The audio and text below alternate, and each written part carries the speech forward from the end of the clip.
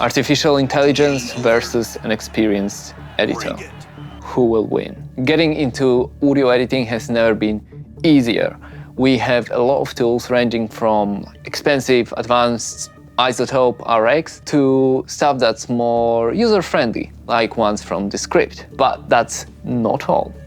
Adobe came with something else. It's called Adobe Enhance. They've already gave us a lot of cleanup tools with Adobe Audition, so if you're part of their Adobe CC package, you get a lot of plugins and tools with their audio program. But this is different. It's free and it's web-based. So in this video, I want to have a look at that service and see what this tool is all about. I've prepped 3 clips of varied quality, and then we're gonna use iZotope advanced RX expensive tools that I've been using for years, and then we're gonna treat the files with Adobe Enhance and see which one fares better. Let's do it. Let's have a listen to these 3 clips. He didn't really have nothing to do with her. She was the one doing all the calling and all that kind of stuff. I just think that the district attorney's racial strategy paid dividends. I mean, it was subtle and it was clever.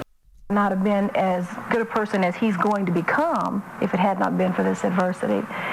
Okay, so we have noise, we've got some distortion, some clipping, and then we of course have some background sounds going on as well. Let's have a look at Adobe Enhance. Now let's edit in iZotope RX. Okay, so we've got our RX, we've got Enhanced, and we've got our original. He didn't really have nothing to do with her. She was the one doing all the calling and all that kind of stuff. Enhanced by Adobe. He didn't really have nothing to do with her. She was the one doing all the calling and all that kind of stuff. And RX. He didn't really have nothing to do with her. She was the one doing all the calling and all that kind of stuff. So that one, that needs... He didn't really have nothing to do with her. She was the one doing all the calling and all that kind of stuff. He didn't really have nothing to do with her. She was the one doing all the calling and all that kind of stuff. He didn't really have nothing to do with her. She was the one doing all the calling and all that kind of stuff.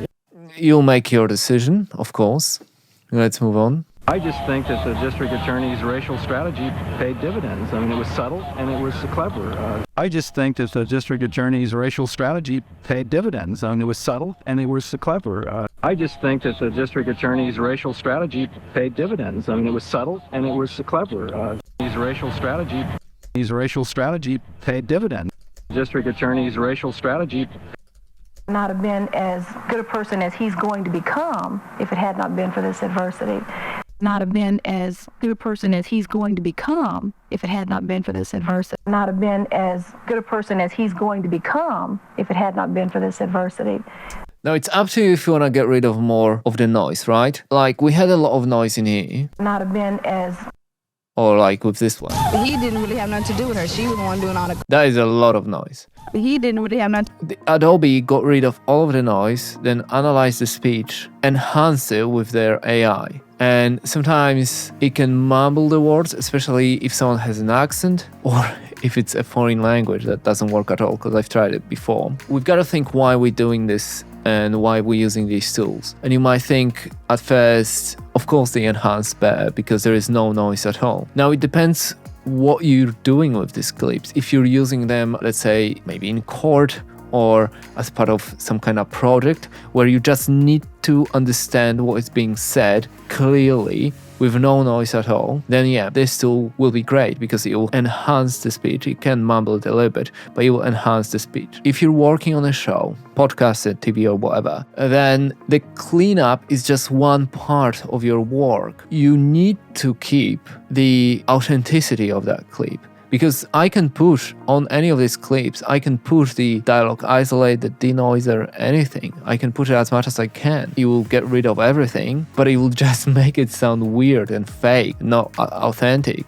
What we want to clean it up so the dialogue is clearly understandable for people listening on headphones. They're on the train, they're in the gym, whatever. But again, you want them to feel like they're listening to a real story, especially with the clips like this. There's some recorded on the street, there's some archives from TV, from radio, etc.